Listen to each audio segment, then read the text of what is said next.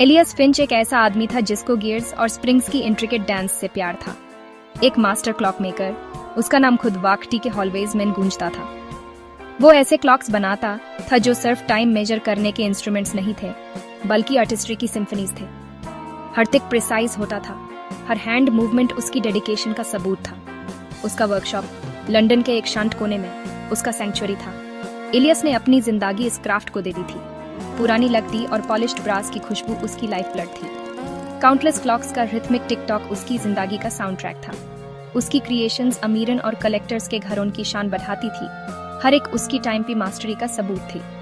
लेकिन एलियस सिर्फ intricate mechanism से ज्यादा चाहता था। वो टाइम के एसेंस को कैप्चर करना चाहता था।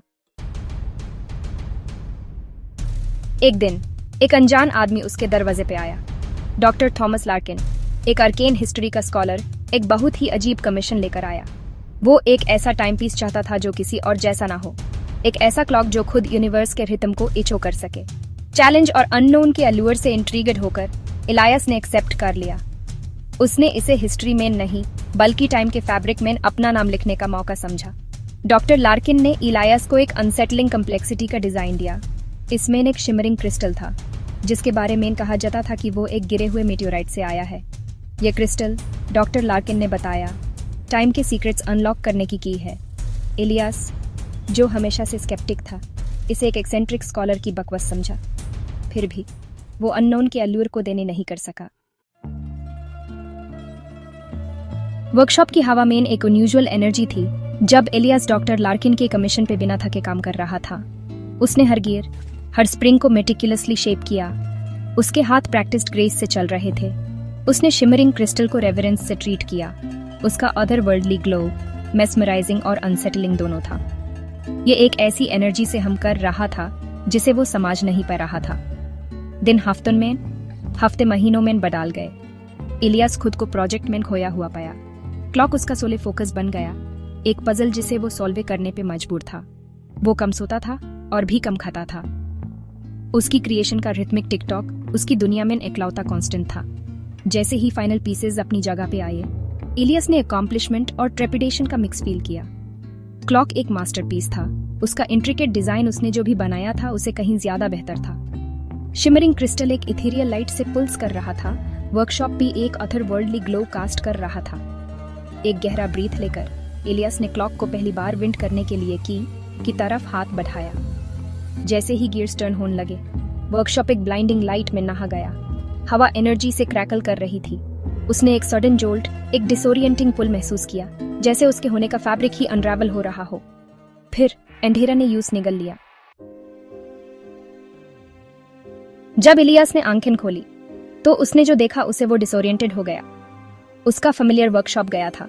उसकी जगह एक कॉबल्ड स्ट्रीट थी जो हॉर्स ड्रॉन कैरेजेस और गैस लाइट से भारी हुई थी। हवा में कोल स्मोक और अजीब स्पाइसेस की स्मेल थी। कंफ्यूज्ड और डिसोरिएंटेड वो उतखदा हुआ। अजीब आउटडेटेड क्लोथ्स में लोग उसके पास से गुजर रहे थे। उनकी वॉइसेस अनफेमिलियर एक्सेंट्स की कैकोफोनी थी। उसके आसपास की दुनिया एलियन थी, फिर भी स्ट्रेंजली फेमिलियर, जैसे एक हिस्ट्री बुक का सीन अलाइव हो गया हो।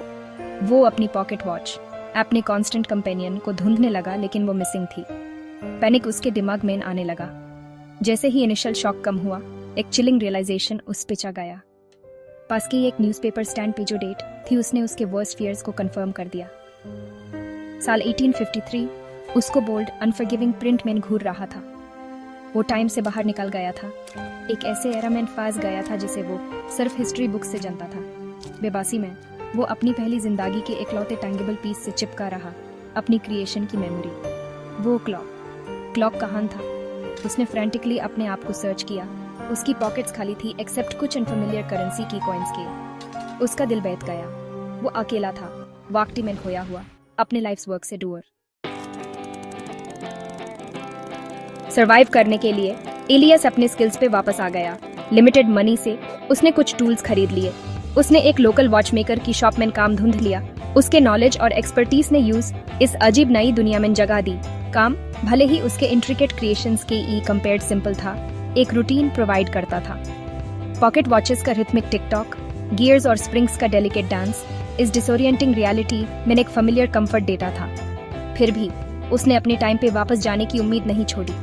वो मिसिंग क्लॉक को ढूंढता रहा। उसके इंक्वायरीज डिस्क्रीट होते गए। उसकी फ्रस्ट्रेशन हर दिन बढ़ती गई। शहर के पास कोई आंसर्स नहीं था, सिर्फ एक ऐसी जिंदगी की इकोज जिसे उसने हमेशा के लिए खो दिया था। जैसे जैसे हफ्ते महीनों में बदलते गए, इलियस ने खुद को इस बायगोन एरा के रिदम की तरफ स्ट्रेंजली अट्रैक्ट होते हुए पाया। जिंदगी की स्लो पेस, मॉडर्न डिस्ट्रैक्शंस की एब्सेंस ने उसे एक ऐसी क्लैरिटी दी जो उसने पहले कभी एक्सपीरियंस नहीं की थी। वो सिंप्लिसिटी में ब्यूटी, ह्यूमन कनेक्शन में वैल्यू देखने लगा। एक रेनी वाली आफ्टरनून एक यंग मैन वॉचमेकर की शॉप में आया। उसने अपना नाम थॉमस लार्किन बताया, एक हिस्ट्री और एंटिक्विटीज का स्टूडेंट। इलियस की ब्रीथ अटक गई। यंग लार्किन ने एक यूनिक क्रिस्टल के बारे में पूछा, एक क्रिस्टल जो अनयूजुअल एनर्जी से पल्स करता था। इलियस ने क्रिस्टल को निकाला। उसकी फिंगर्स ट्रेम्बल कर रही थी। दुनिया एक ब्लाइंडिंग फ्लैश ऑफ लाइट में मिसिंग हो गई। जब इलियस ने आंखें खोली, वो वापस अपने वर्कशॉप में था। इलियस ने अपनी क्रिएशन को देखा। अवे और ट्रेपिडेशन का मिक्स उस पे छा गया। क्लॉक, जो कभी उसकी एम्बिशन का सिंबल था, अब ह्यूमन कॉम्प्रिहेंशन से पर फोर्सेस के साथ टेम्परिंग करने के पेरिलस नेचर को रिप्रेजेंट करता था। उसने टाइम के फेस को छुआ था और फॉरएवर बदल गया था। उसने क्लॉक को डिसमेंटल कर दिया, piece by intricate piece. Crystal, जो कभी एंडलेस फैसिनेशन का सोर्स था, अब यूज फॉरबोर्डिंग से भर देता था। उसने केयरफुली यूज पैक कर दिया, उसके जर्नी और टाइम की फ्रेजिलिटी का एक रिमाइंडर। उसने दोबारा कभी कोई टाइम पीस नहीं बनाया। इलियस फिंच, जो कभी एम्बिशियस क्लॉक मेकर था, दुनिया से अलग हो गया। वो एक रिक्लूज बन गया, अपने एक्सपीरियंस से हॉन्टेड, फॉरएवर पास्ट, प्रेजेंट और फ्यूचर के ये डेलिकेट बैलेंस से अवेयर। उसने अपनी रिमेनिंग ह्यू साल टाइम की हिस्ट्री को स्टडी करने में लगा दिए, उन फोर्सेस को अंडरस्टैंड की अटेम्प्ट में जिनके साथ उसने केयरलेसली प्लेड था। क्लॉक मेकर ने एक वैल्यूएबल लेसन सीख लिया था। टाइम मैनिपुलेट करने के लिए एक मैकेनिज्म नहीं था, बल्कि रिस्पेक्ट करने के लिए एक फोर्स था। और कभी कभी उसने रियलाइज किया, सबसे बड़ी क्रिएशंस वो होती हैं जो अनबॉर्न रहती हैं।